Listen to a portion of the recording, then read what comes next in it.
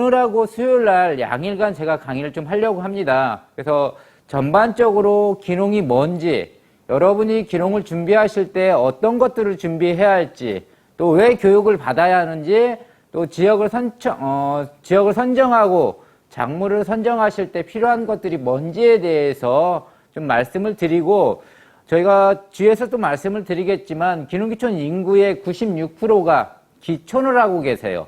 지금 오늘도 지금 보니까 51명이 들어와 계십니다. 저희가 통계를 뽑아보면 96%가 기촌을 하시는데, 여러분 중에도 아마 기농 아닌 기촌을 선택하시고 이후에 기농으로 옮겨가시는 분들이 계실 거라 생각을 합니다. 그런 분들을 위해서 지역이라는 공간에서 여러분이 창업을 하실 수도 있고요, 취업을 하실 수도 있습니다. 그래서 그런 것까지 해서 양일간, 오늘하고 수요일까지 4시간 동안 기농기촌 정의, 마인드, 그리고 기촌의 모델에 대해서 좀 말씀을 드리고, 또 하나는 저희가 기농을 하면 가장 어려워하는 게 주민들과 같이 하는 겁니다. 주민들과 같이 어울려서 같이 살아가는 게 중요한데, 저희는 이런 부분에서 약간 아쉬움이 있어서 이 강좌에서 지금 지역민들이 우리 기농을 하시는 분들, 기농하신 분들을 어떻게 생각하는지, 또 기농하신 분들은 마을의 기존 지역민들을 어떻게 생각하는지, 거기에서 나와서 해결할 수 있는 부분들이 있거든요. 그런 부분에 대해서 좀 말씀을 드리도록 하겠습니다. 제가 고개를 살짝 돌리는 것은 여러분 얼굴을 좀 보려고 돌리고 있습니다. 제 뒤에 모니터가 있어서 여러분 얼굴을 제가 좀 보면서 하고 있기 때문에 양해 좀 부탁드리겠습니다. 저는 보니까 신성철 선생님이 가장 부럽습니다. 지금 숲에서 어딘지 모르겠는데 숲속에서 좀 하고 계신데 너무 좋은 것 같아요. 저희도 기회가 되면 야외에서 이렇게 촬영하면 얼마나 좋을까요? 농업인으로 시작하는 경력관리입니다. 여러분이 기농을 한다는 것은, 또 기촌을 한다는 것은 마을에 살아가면서 농업인이 되는 거기 때문에 그 경력관리가 필요합니다. 그래서 그런 부분, 농업인이 되는 거에 대해서 말씀을 드리도록 하겠습니다. 저는 현재 센터에서 근무하고 있지만 제가 이 기농기촌 업무를 2008년도부터 보고 있습니다. 그래서 항상 기농하신 분들, 또 기농을 준비하신 분들 만나면서 꼭 말씀드리는 게, 이 말씀 꼭 드립니다. 저는 마을에 희망이 있다고 생각합니다. 농촌에 희망이 있고 농업에 희망이 있다고 생각합니다. 여러분이 지금 기농기촌을 선택하신 거 그 자체가 저는 희망이라고 생각합니다. 그걸 어떻게 만들어가냐가 참 중요하겠지만, 그래도 저희는 그 희망을 가지고 농촌이라는 공간에서 제2의 꿈을 한번 생각해 보시면 어떨까 싶습니다. 막연하게 농촌이 막연함이 아니라 나만의 나만의 계획을 가지고 농촌에 가신다고 하면 충분히 여러분의 새로운 희망을 꿈꿀 수 있지 않을까 싶고, 또 실현할 수 있지 않을까 싶습니다. 제가 기농기촌을 정책적으로 가져가는 이유가 있습니다. 보시는 것처럼 이 색깔이 진할수록 지금 지역 소멸 위험 지역이라고 저희가 표현을 합니다. 전국의 지자체 중에 소멸 위험 지역으로 포함되는 지역이 228개 중에 현재 75개, 18년도 기준으로 89개까지 보고 있고, 앞으로 더 많은 지자체가 사라질 수도 있다는 위기의식을 좀 가지고 있습니다. 지역이 사라지는 것과 동시에 뭐가 사라지냐? 마을이 사라질 수가 있습니다.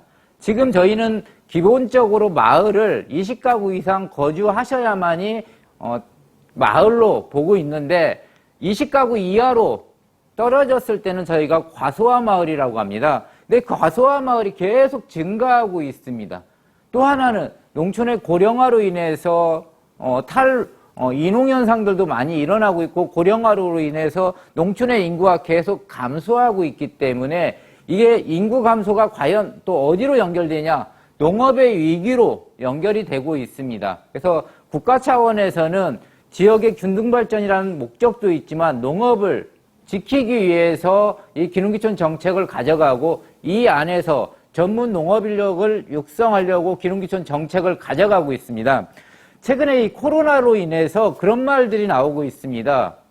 농업에 기회가 왔다. 또 코로나로 인해서 친환경 농업을 하시는 분들에게 새로운 비전을 볼 수 있는 시대가 도래가 됐다는 얘기를 많이 합니다. 농업의 위기를 얘기하는, 식량의 위기를 얘기하는 분들도 계시지만 그 반대에서는 이게 기회라 생각하는 분들도 계신 것 같습니다. 저는 여러분이 선택하는 농업이, 농촌이 그 기회의 땅이라고 생각을 하고 있고요. 많은 전 세계 석학이나 국내 많은 전문가들도 그런 얘기를 하고 있습니다. 지금 우리가 시작하는 농업은 기존 농업과는 다르다. 이제는 새로운 희망을 농업에서, 농촌에서 볼 수 있다는 얘기를 많이 하고 계시기 때문에 여러분이 농촌의 위기라 생각하지 마시고요. 여기를 기회로 생각하신다고 하면 또 하나의 희망이 생기지 않을까 싶습니다. 저희가 기농기촌을 하면 또 지역을 보면 이런 부분들이 있습니다. 저는 여러분이 기농을 생각하실 때, 기촌을 생각하실 때 꼭 고민하셔야 할 것들이 여기에 있다고 생각합니다. 저희는 아까 말씀드린 것처럼 고령화나 인농, 탈농 현상으로 인해서 지역의 인구가 감소하고 있고요. 또 과소화가 이루어지고 있고 지역 소멸로 가고 있고 그게 농업 위기로 가고 있다고 얘기를 합니다. 그렇지만 또 요 안에서 파생되는 일들이 있겠죠. 지역 인구 감소나 농촌 과소화 또 지역 소멸로 인해서 교육이나 의료, 기초 서비스 위급 기간에 이런 위급할 때 도움을 받을 수 있는 파출소나 119가 감소되고 있습니다.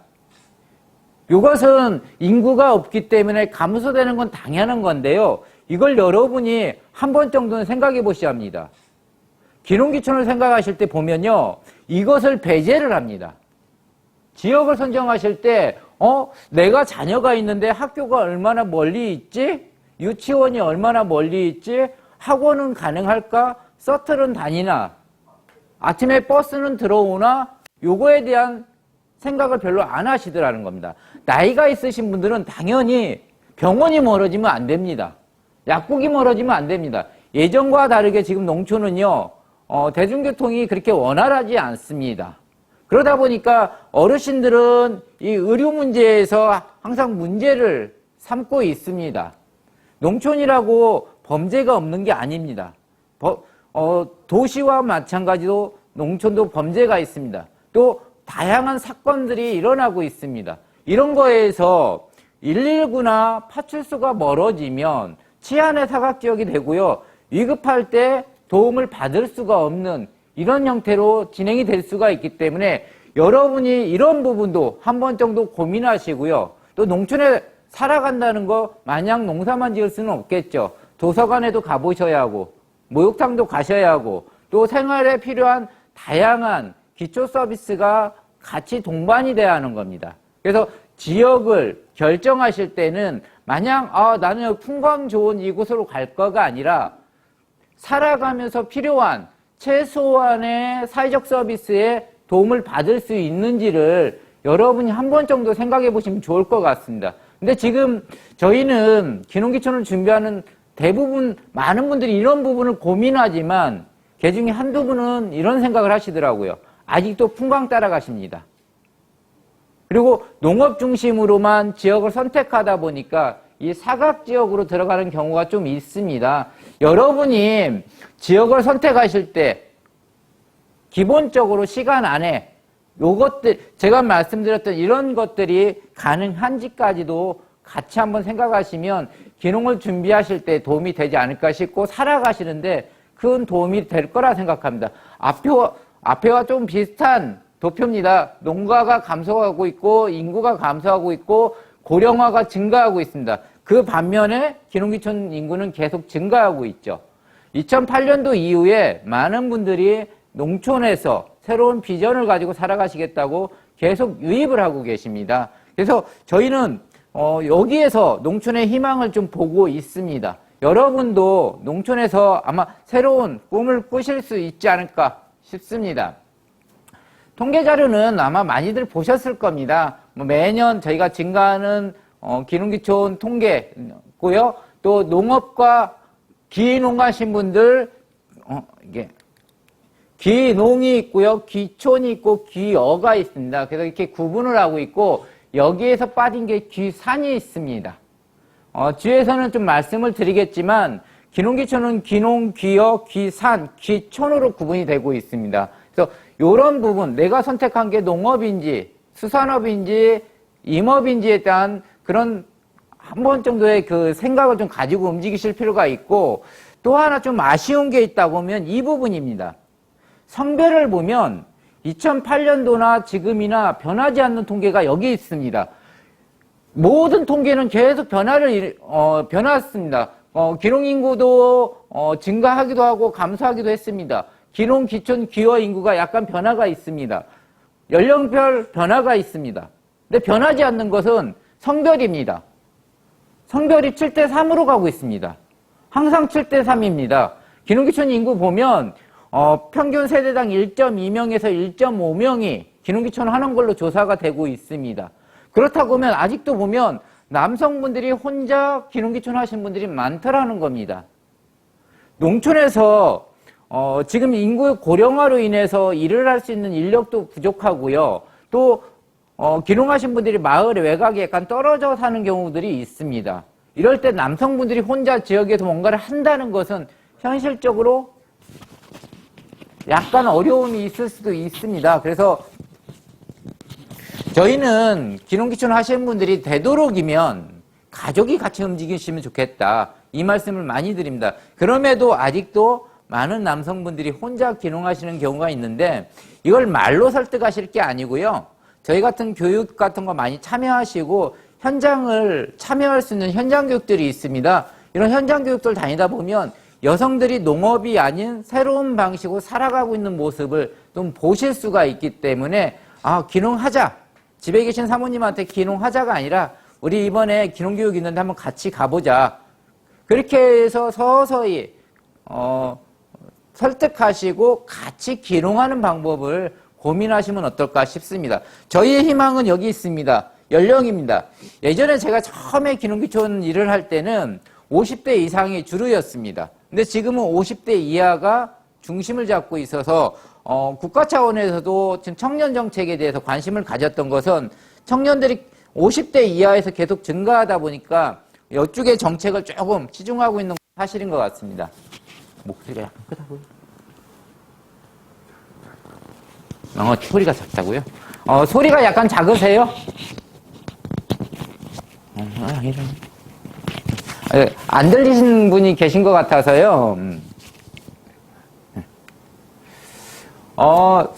지역을 저희가 통계를 하나 더 보여드리겠습니다. 기농기촌을 보면 여러 가지 형태가 있습니다. U형이 있고 J형이 있고 I형이 있고 I형2가 있습니다. 보편적으로는 그겁니다. 고향으로 가냐? 내가 농촌에서 태어났지만 고향이 아닌 다른 지역으로 가냐?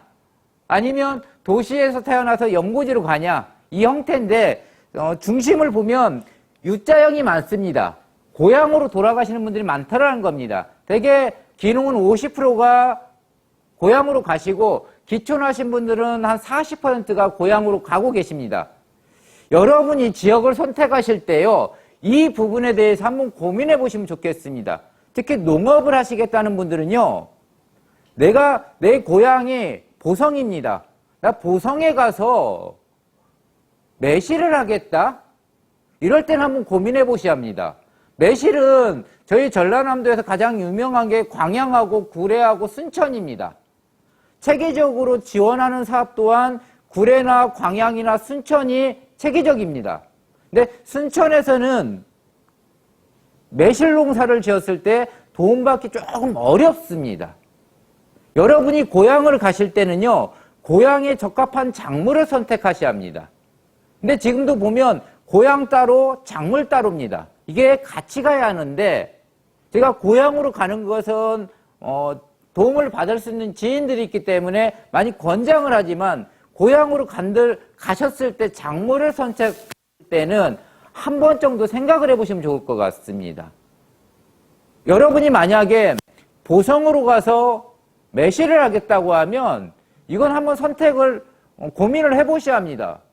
내가 보성이 유명한 감자를 할 거냐 아니면 매실이 유명한 구례로 갈 거냐 광양으로 갈 거냐를 가지고 여러분 스스로가 어떤 게 나에게 맞는지를 내가 고향에서 좀 아는 사람들과 편하게 살아갈 거냐 아니면 농업으로서 소득을 내기 위해서 나에게 맞는, 작물에 맞는 지역으로 갈 건가에 대해서 한 번 정도 고민해 보실 필요가 있습니다. 근데 이 부분에서 제가 만나보면 되게 비슷합니다. 고향에 가서 내가 원하는 작물을 하겠다 하시는 분들이 많이 계시거든요. 지자체는 권장하는 작물이 딱 제한적입니다. 그리고 그 권장하는 작물 안에서 지원 정책들이 만들어지고 있습니다. 그래서 여러분이 고향으로 가시는 거와 작물을 선택하실 때 한 번 정도는 전문가들의 조언을 구하시는 것도 방법이고요. 해당 지자체 농업기술센터가 있습니다. 또 기술센터에서 담당자들과 한 번 정도 상담해 보시고 결정을 하시는 것도 좋은 방법이 되지 않을까 싶습니다. 또 하나는 직업군을 보니까 많이 달라졌습니다. 직업군을 봤을 때 저는 그런 생각을 좀 합니다. 기농하신 분들 보면 자영업이나 사무직, 또 서비스나 생산직에 계셨던 분들이 많이 계십니다. 또 기촌도 마찬가지인 게 기촌은 사무직이 좀 많습니다. 자영업자가 그 다음 순인데요. 저희는 그런 말씀을 많이 드립니다. 내가 농업 기반이 있다. 부모님으로부터 승계받는 땅이 있어서 일정 부분 또 농업 기술이 있다고 하면 농업으로 가시라고 많이 권장을 합니다. 근데 만약에 그런 여건이 안 되고 나는 사회에서 가지고 있던 경험치를 좀 안고 가서 가지고 가서 그 안에서 사업을 한번 해보겠다는 분들은 극히 드물더라고요. 저는 여러분이 농업을 선택하시는 거와 또 농촌에서 창업을 선택하시는 거, 취업을 생각해 보시는 것도 한 번 정도 고민이 필요하다고 생각합니다. 저는 개인적으로 여러분이 도시에서 가지고 있던 경험치를 안 버리시면 좋겠습니다. 그걸 좀 활용해서 농촌에서 내가 잘할 수 있는 거, 내가 지금까지 살아오면서 가지고 있던 경력이나 전공을 살려서 농촌에서 농업이라는 큰 토대 안에서 창업으로서 취업으로서 옮겨가는 것도 좋은 방법이라고 생각합니다. 저희는 농촌을 바라봤을 때 항상 농업만을 얘기하고 있습니다. 근데 농촌도 다양한 인프라가 필요하고요. 다양한 문화가 필요합니다. 저는 기농기촌 하시는 분들이 도시에서 가지고 있던 경험치로서 농업이라는, 농촌이라는 그 기반 위에서 내가 잘할 수 있는 영역, 일로서 소득을 창출하는 것도 방법이라고 생각하는데, 아직도 많은 분들은 기농하면 무조건 농사, 기촌하면 전원생활, 이 정도만 생각하더라는 겁니다. 그 안에서도 여러분이 발전할 수 있고 만들어갈 수 있는 것들이 정말 많다고 생각합니다.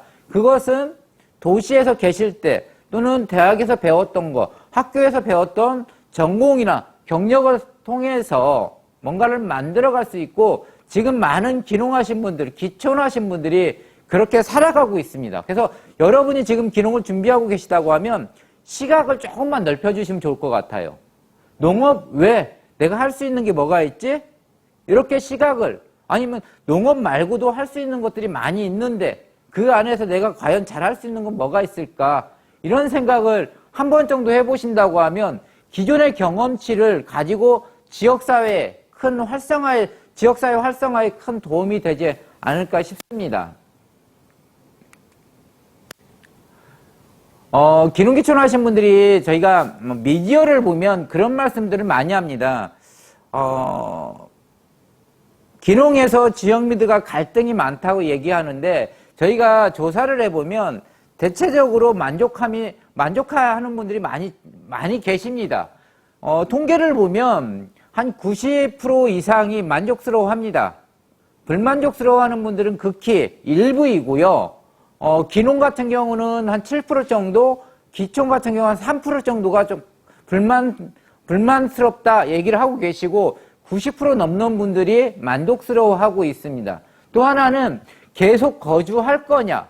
방송을 보면 역기농이 30% 뭐 이렇게 나온다고 얘기합니다. 근데 저희가 조사해 보면 역기농 실제는 한 8% 정도 역기농이 이루어지는 걸로 조사가 되고 있고, 기농하신 분들을 의향조사를 해봤습니다.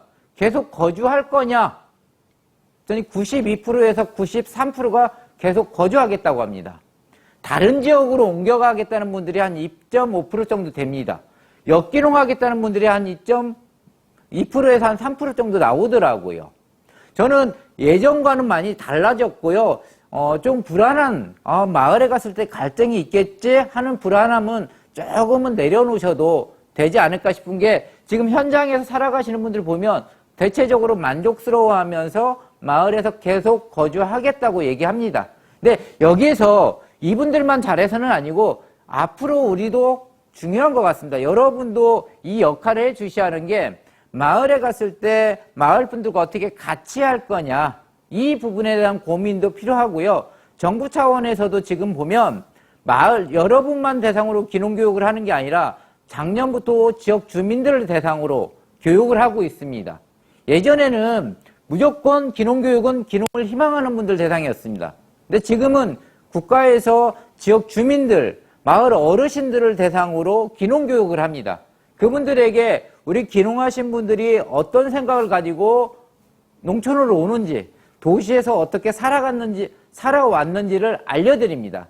그래서 같이 갈 수 있는 방법을 고민하고 있고 다양한 방법을 모색을 하고 있습니다. 그래서 여러분 또한 국가에서 그렇게 하고 있지만 여러분의 역할도 매우 중요한 것 같습니다. 마을에 가서 마을 분들과 어떻게 같이 갈 거냐, 이 부분에 대한 고민도 같이 해주시는 것도 매우 중요합니다. 집을 어디에다 지을 거냐, 작물을 뭐를 할 거냐, 소득을 얼마나 낼 거냐, 매우 중요하죠. 그렇지만 우리는 하나의 마을이라는 공동체 하나 안으로 들어가서 주민들과 같이 살아갈 겁니다. 그래서 소득을 내는 것도 중요하지만 지역민들과 어떻게 같이 살아갈 건가도 매우 중요하다는 걸 꼭 생각해 주시면 좋을 것 같습니다. 저는 가끔 그런 말씀을 드립니다. 최근에 제가 작년엔가 모 신문을 보니까 어느 지역 축협장이 당선이 됐습니다. 근데 신문에 기농인 조합장 당선이라는 기사가 올라왔습니다. 타이틀로. 근데 제가 그 조합장님은 아십니다. 아는 분인데 기농한 지 25년이 넘으신 분인데 신문 타이틀에는 기농인 조합장 당선이라고 이렇게 표시가 되더라고요. 그거 보면서 이 기농이라는 게 언제까지인가, 이거에 대한 고민을 많이 하고 있습니다. 저는 여러분이 기농을 준비하는 과정까지는 기농 기촌을 가져가는 게 맞다고 생각합니다. 근데 기농하고서부터는 지역민으로 살아가셔야 한다고 생각합니다.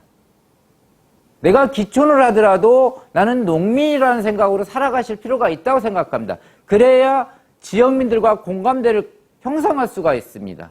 지역 주민이라는 생각을 스스로 하지 않으면 항상 외지인으로 살아갈 수밖에 없는 건 아닐까 싶습니다. 그래서 여러분이 마을에 오셨을 때, 마을에 가셨을 때 나는 기농인이다, 이 타이틀은 좀 내려놓으시면 어떨까 싶습니다. 그리고 나는 어느 마을 주민이고 어느 마을의 농민이다, 이렇게 생각해 주시면 어떨까 싶습니다. 저도 농촌이 고향입니다. 가끔 제가 고향에 가서 면소재지를 가면 어른들이 저한테 물어봅니다. 누구냐고. 그럼 저는 그렇게 말씀드리거든요. 저는 누구누구입니다가 아니라 어느 마을 사는 누구 아들입니다. 어느 마을 누구 조카입니다. 처가 동네에 가면 어느 마을 누구 사입니다. 이렇게 이름 앞에, 명칭 앞에 마을이 붙습니다. 마을이라는 것은 나보다는 우리라는 생각이 강합니다. 그 안에서 같이 살아간다는 것은 지역 주민이고 마을 주민이고 농민이라는 생각이 수반이 돼야 한다고 생각합니다. 근데 아직도 저희는 기농기촌이 큰 타이틀이 되어서 기농에서 10년이 돼도 기농인이고 기촌인으로 살아가고 있는 건 아닐까 싶어서 여기 현재 교육받고 있는 54분 여러분만이라도 기농기촌 타이틀이라는 게 그렇게 중요한 거 아니다. 그럼 마을에 가서는 마을 주민이라는 생각을 꼭 해주시면 어떨까 싶습니다. 기농기촌 정의에 대해서 좀 말씀을 드리도록 하겠습니다. 교육을 많이 받아보신 분들은 기농과 기촌에 대한 정의를 이해하고 계실 거라 믿습니다. 근데 오늘 교육을 처음 받는 분도 계시기 때문에 기농과 기촌에 대한 정의를 좀 말씀을 드리도록 하겠습니다. 기농은 도시에서 1년 이상 거주하다가요, 농업에 활동을 하다가 농업을 목적으로 농촌으로 가서 농업을 하는 것을 기농이라고 합니다. 쉽게 다시 말씀드리면 도시에서 1년 이상 거주하다가 농촌에 가셔서 농업을 하는 걸 기농으로 보고 있고요. 기초는 도시에서 1년 이상 거주하다가 농촌에 가서 농업의 활동을 하시는 겁니다. 전원 생활을 하실 수 있고 저처럼 일을 할 수도 있습니다. 또 아니면 직장 생활을 하실 수 있고 다른 일을 하실 수 있습니다. 농사짓지 않고 살아가는 걸 기촌이라고 말씀을 드립니다. 근데 이건 매우 중요한 겁니다. 현재 국가가 시행하고 있는 이 기농기촌 정책은요, 기농자 중심으로 지원을 하고 있습니다. 기촌하신 분들은 저희가 국가 차원에서 도와드리고 싶어도 농업인이 아니다 보니까 도와드릴 수 있는 법적 근거가 없습니다. 그래서 여러분이 농촌을 간다는 것은 농업인의 자격을 꼭 갖추셔야 합니다. 근데 지금 보시면 매년 통계를 뽑아보면 그렇습니다. 기농이 3.6%, 기촌이 96%가 되고 있습니다. 0.4%는 기어를 하고 계십니다. 그래서 여러분이 지역에 가셨을 때 기촌을 지 목적으로 이 교육을 받는 분들이 계실 겁니다. 그렇더라도 기농을 하셔야만이 저희가 지금 시행하고 있는 기농기촌 지원 정책의 대상이 되고요. 또 농업인들에게 지원되는 다양한 정책들이 있습니다. 이것 또한 지원 대상이 된다는 걸 꼭 기억해 주시면 좋을 것 같습니다. 보편적으로는 기농은요, 1000제곱미터입니다. 1000제곱미터 농사를 짓고요. 또 그에 따른 농지연부와 경영체까지 등록을 마치신 분들을 저희가 기농으로 보고 있습니다. 농사 짓고 있는데 농지연부가 없습니다. 경영체가 없습니다. 그러면 농업인이 될 수가 없습니다. 여러분이 농업인으로서 혜택을 보시려면 농지연부와 경영체까지 꼭 등록을 하셔야 한다는 걸 꼭 기억해 주시고요. 또 하나, 기촌하신 분들이 그런 경우가 있습니다. 나는 기촌을 했기 때문에 농지연부 필요 없어, 지원정책 필요 없어, 경영체 필요 없어, 이렇게 얘기하신 분들 계십니다. 근데 농사는 짓고 계세요. 농사를 지으려면 농자가 필요합니다. 농자재가 필요합니다. 농약이 필요하고 비료가 필요합니다. 아무리 먹거리 농사를 짓더라도 시설하우스가 필요한 경우가 있습니다. 근데 기촌하신 분들이 텃밭에서 이런 농사를 지으면 비농업인이기 때문에 지원 대상이 될 수가 없습니다. 저희 교육받고 계신 분 중에 일부는 지금 기촌을 생각하시면서 텃밭 농사를 생각하시는 분이 계실 거라 생각합니다. 그럴 경우 100% 지원이 안 됩니다. 그래서 여러분이 지역에서 살아가실 때는요, 농지연부가 매우 중요합니다. 기촌을 하더라도요, 농지연부는 꼭 만드셔야 합니다. 내 땅이 아니어도 상관없습니다. 302평 임대하셔서요, 경영체와 농지연부까지만 만드시면 좋을 것 같습니다. 또 저희가 기농기촌 지원정책뿐만 아니라 농업정책이 있고요, 생활 속에서 농업인들이 받는 다양한 혜택들이 있습니다.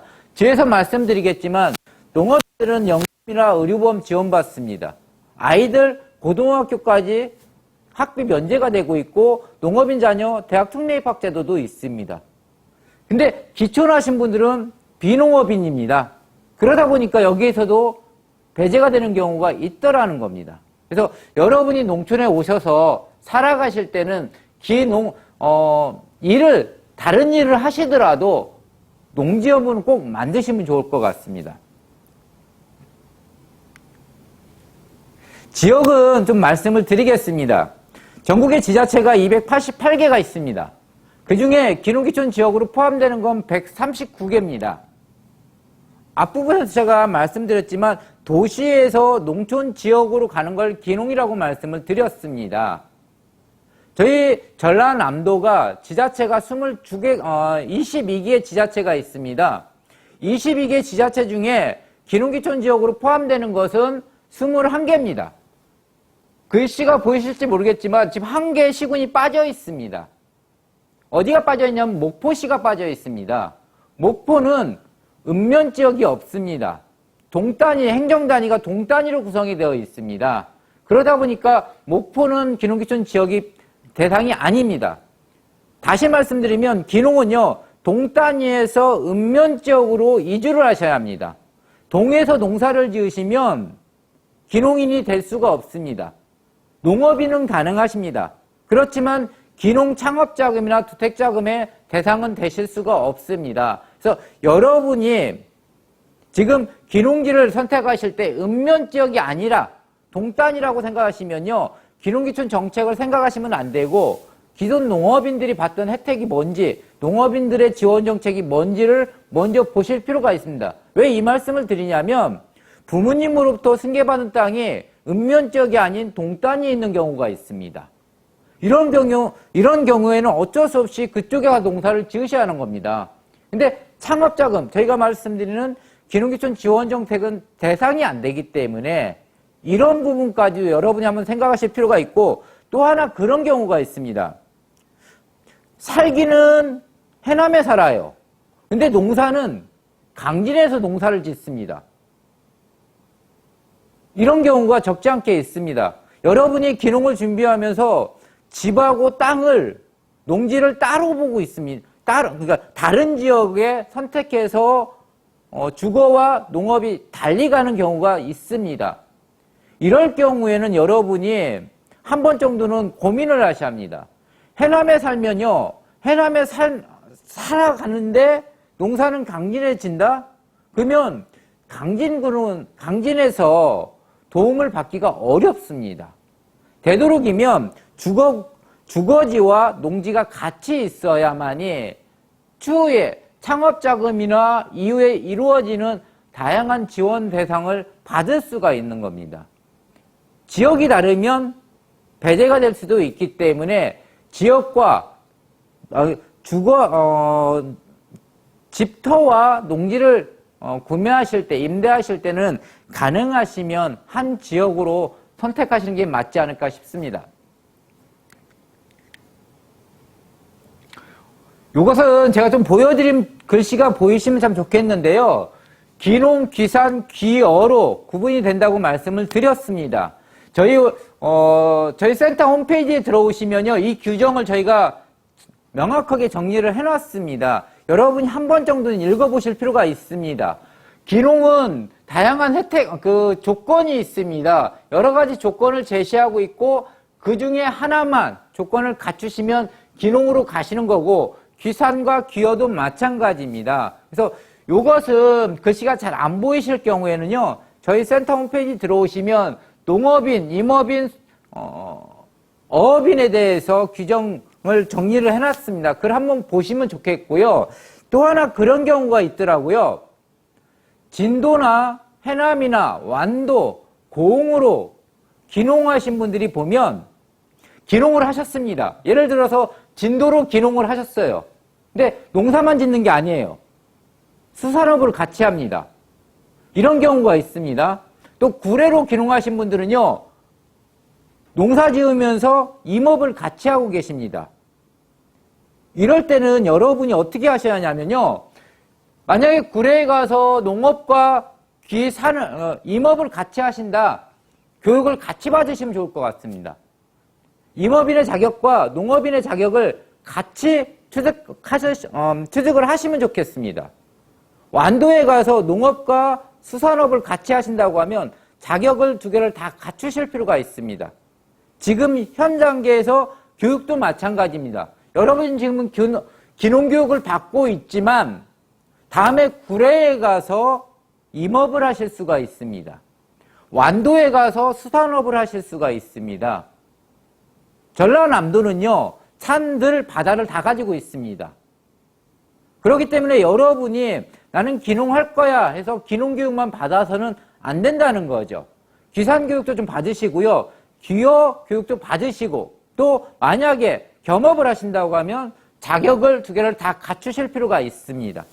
그러다 보면 기농은 농림부 사업이고요. 기산은 산림청 사업이고, 기어는 해수부 사업입니다. 부처가 다르기 때문에 지원 사업이 다릅니다.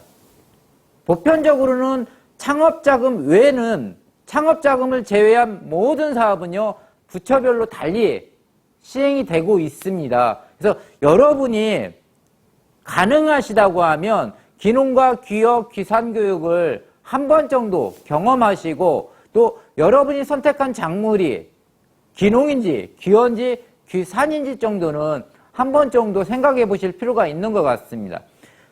저희가 현장에서 그런 말씀 많이 드립니다. 표고농사 관심들 많았습니다. 많은 분들에게 표고가 뭘까요? 물어보면 열의 9분은 임업이라고 얘기합니다.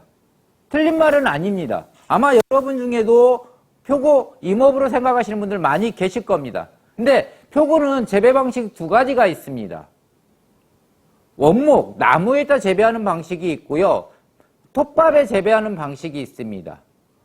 원목에 재배를 하면 임업이 맞습니다. 근데 톱밥에 재배를 하면 농업으로 분류가 됩니다.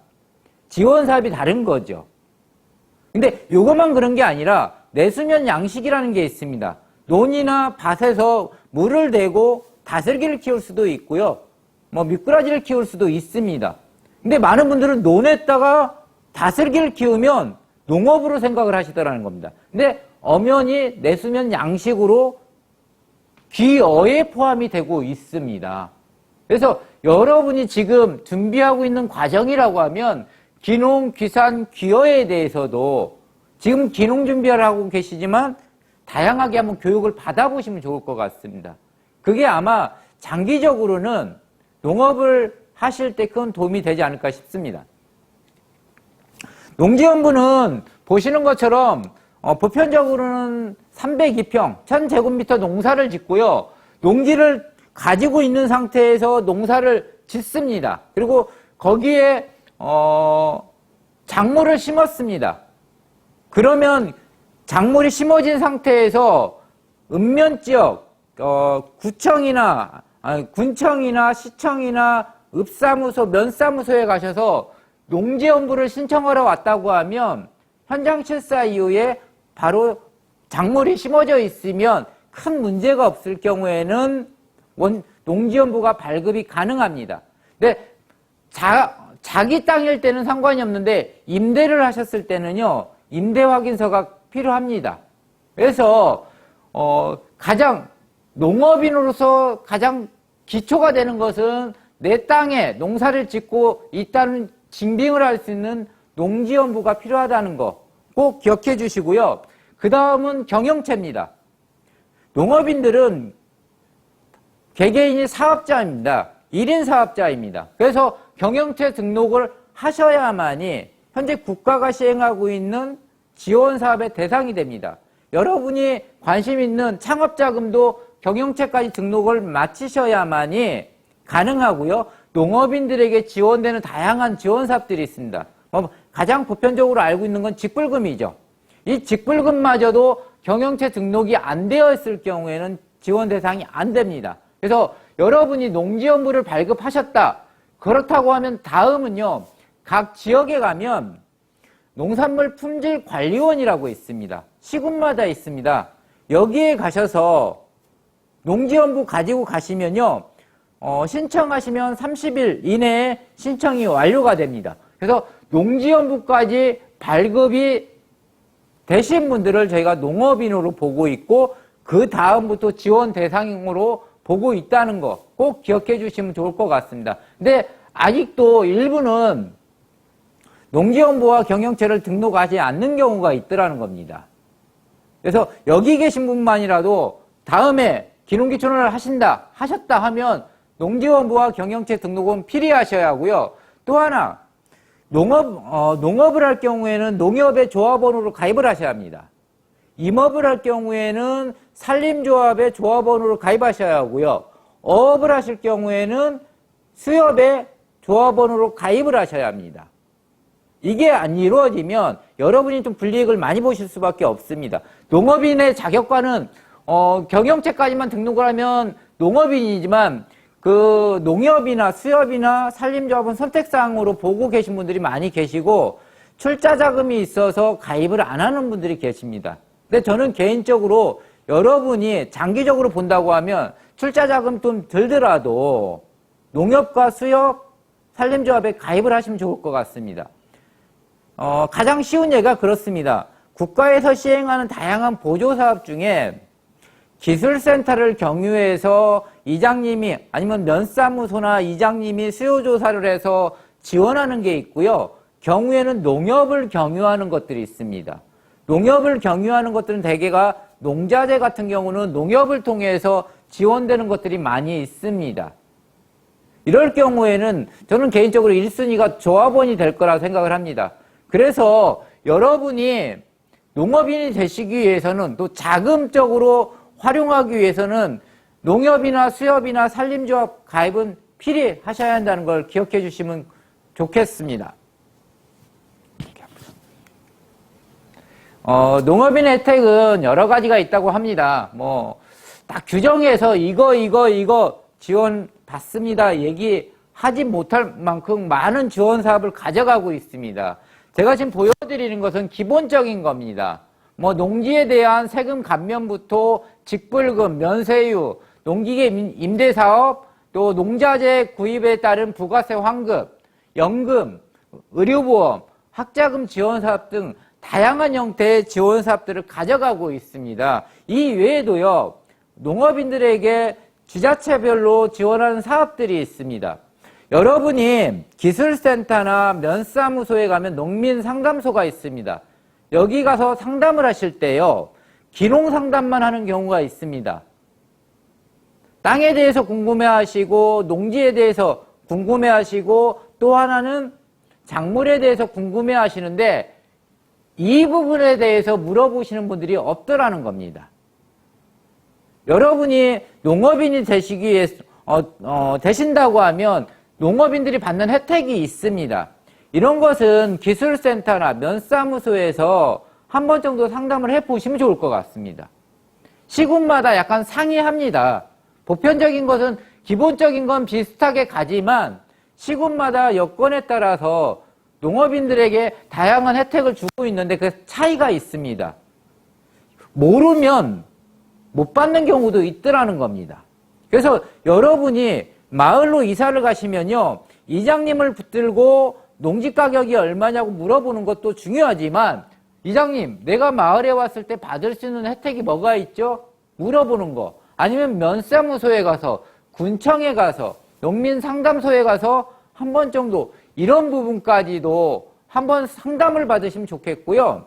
각 시군 홈페이지에 가면 1월 달에 농업인들에게 제공하는 이런 혜택에 대해서 공지를 하고 있습니다. 그래서 이런 것은 PDF로 자료 제공을 받을 수가 있습니다. 한번 1월 달 정도에 이게 공고가 되기 때문에 읽어보셔서 내가 받을 수 있는 게 뭐가 있을까? 한 번 정도 체크해 보시고요. 거기는 신청 시기도 나옵니다.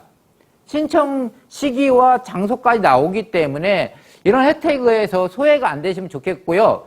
기촌하신 분들은 이 대상이 안 된다는 것을 좀 기억해 주시면 좋겠습니다.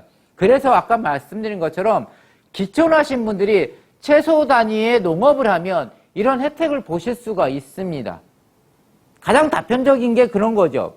요즘에는 농사 지을 때 가장 많이 쓰는 게 관리기입니다.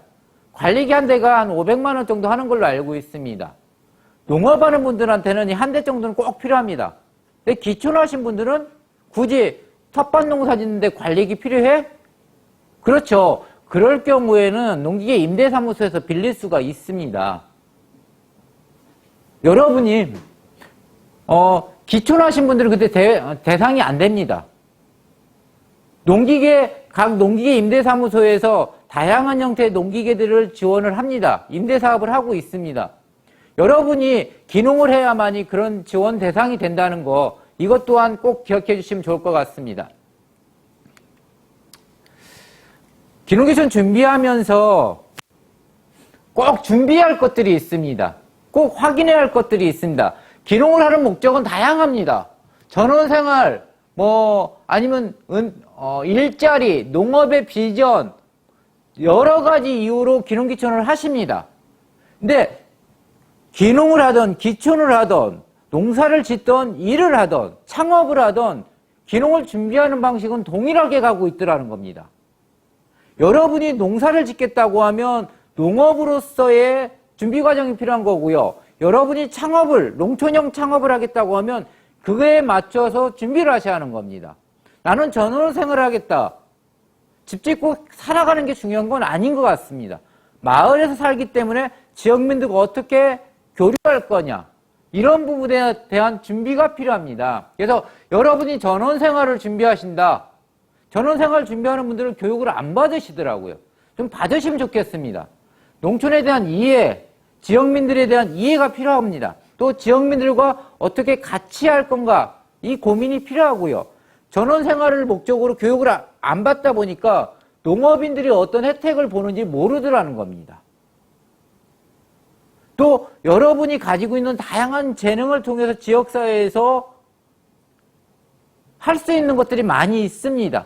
근데 그런 부분에 대해서도 잘 모르시는 것 같습니다. 그래서 전원생활을 목적으로 준비하시더라도 교육은 좀 받으시면 좋겠고요. 나는 농촌에서 농업이 아닌 창업을 하겠다 하면 저희 같은 센터를 이용하는 것도 있지만 마을 만들기 센터라는 곳이 있고요. 각 지역에 가면 공동체 지원 센터가 있고 일자리 지원 센터가 있습니다. 이런 공간을 통해서 내가 농촌에서 창업을 할 때, 취업을 할 때 어떤 도움을 받을 수 있는지, 또 그에 따른 교육은 무엇을 받아야 할지를 알아보시고 그에 맞춰서 준비하는 게 맞다고 생각합니다. 기농은 당연하죠. 저희 같은 센터에서 상담하시고요. 기술센터나, 뒤에서 말씀드리겠지만 현장 실습농장이나 청년 장기교육장에서 영농실습을 하셔야 합니다. 농업이라는 것은 씨앗 뿌린다고 소득으로 연결이 되는 게 아닙니다. 기술이 필요합니다. 그 기술은요, 기술센터나 전문가에게 전수받아야 하고 교육을 받아야 한다고 생각합니다. 근데 아직도 많은 분들이 농사라는 것을 좀 쉽게 생각하는 경향이 있는 것 같습니다. 농업 기술 가장 어렵다고 얘기합니다. 농업인들도 힘들어하는 게 농업 기술입니다. 그래서 농업을 선택하셨다고 하면 그에 따른 준비를 하셔야 한다고 생각합니다. 그리고 작물이나 지역이나 또 투자자금이나 또 소득으로 연결할 수 있는 소득 분기점은 언제인지 유통에 대해서 고민을 하셔야 합니다. 그걸 교육을 통해서 준비하시면 좋겠고요. 전원생활이나 취창업이나 농업 창업을 하더라도 다 갖추셔야 할 것, 공통적으로 가야 할 게 농업인의 자격이라고 생각합니다. 또 혼자 오는 거 좀 지양하시면 좋겠고요. 마을로 좀 기농하시면 좋을 것 같습니다. 혼자 뭔가를 한다는 게 쉽지 않기 때문에 가능하시면 마을로 기농하시면 좋겠고, 기농기촌 교육 저희가 100시간에 한정지어서 받는 경향들이 있습니다. 저는 가능하다고 하면 한 1년 정도 교육을 받으시면 좋겠습니다. 저희 전라남도로 오신다고 하면 21개 지자체가 기농기촌 정책을 가져가고 있습니다. 21개 지자체가 교육을 하고 있습니다. 여러분이 관심 있는 지역 몇 개를 선정하시고 가능하시다고 하면 몇 군데 시군을 돌아보시고 그 안에 돌아본다는 것을 교육을 통해서 한번 돌아보시면 어떨까 싶고요. 저희 같은 사람들하고 상담을 좀 많이 받으시면 좋겠습니다. 교육도 좀 많이 받으시고요. 또 하나 중요한 것은요. 저희가 기농을 준비하는 분들에게 자금을 물어보면 공이 비슷합니다. 평균 1억 7천을 준비하신대요. 1억 7천 가지고 뭐 하실 건가요? 물어보면 땅을 사고 농지를 사고요. 집을 짓는 것까지만 얘기를 합니다. 근데 농사라는 게 안정화되는 게 저희 뒤에서 통계를 말씀드리겠지만 기농기촌 하신 분들이 3년 차까지는 조금 불안하게 가는 걸로 조사가 되고 있습니다. 그럼 3년 차까지 뭐가 필요하냐면 투자 자금이 필요하고요. 운영비가 필요하고 생활비가 필요합니다. 이게 적지 않게 들어가더라는 겁니다. 그래서 여러분이 자금을 고민을 하실 때 창업 자금 외에 내가 보유하고 있는 자금을 통해서 소득 분기점까지 가는데 필요한 운영비와 생활비가 얼마 정도 필요한지도 한 번 정도 저희 같은 농업을 할 때는요. 기술센터에서 상담을 한번 해보시면 좋겠고 저희 같은 사람들하고도 한 번 정도 상담을 해보시면 좋을 것 같습니다. 또 하나는요. 지역을 좀 아실 필요가 있습니다. 고향이라고 지역을 아는 것만은 아닌 것 같습니다. 저도 마찬가지입니다. 중학교 졸업하고 고향을 떠났습니다. 중학교까지 학교에서 지역의 역사나 문화, 전통에 대해서 교육을 받은 적이 없습니다. 또 시간이 흘렀죠. 지역이 많은 변화가 일어났습니다. 여러분이 고향이라고 생각하고 간 지역이 여러분이 어렸을 때 살았던 그 시절과 지금 많이 달라졌다는 겁니다. 여러분이 지역에 가서 사신다고 하면 지역의 지형이나 문화나 역사에 대해서 학습을 하실 필요가 있습니다. 이런 교육들은 각 시군에 있는 문화원에서 다양한 형태로 교육을 진행을 하고 있습니다. 기농기촌 교육도 중요하지만 지역을 이해하는 교육 또한 중요하다는 거. 그래서 시간이 나시면 문화원에서 교육을 좀 받으시면 좋을 것 같습니다. 예, 여기까지 하고요.